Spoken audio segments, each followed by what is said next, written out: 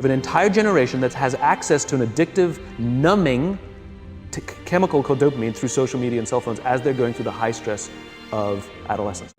We're growing up in a Facebook, Instagram world. In other words, we're good at putting filters on things. We're good at showing people that life is amazing even though I'm depressed, right?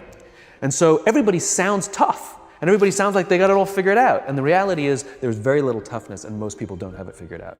So you have an entire generation growing up with lower self-esteem than previous generations, right? We know that engagement with social media and our cell phones releases a chemical called dopamine. That's why when you get a text, it feels good, right? It's why we count the likes. It's why we go back 10 times to see if my Instagram is going slower. Did I do something wrong? Did they not like me anymore, right? The trauma for young kids to be unfriended, right? Dopamine is the exact same chemical that makes us feel good when we smoke, when we drink, and when we gamble.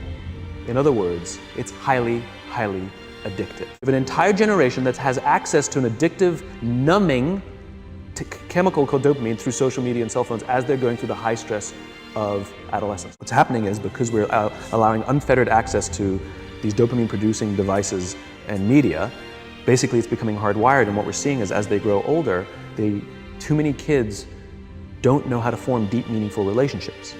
They will admit that many of their friendships are superficial.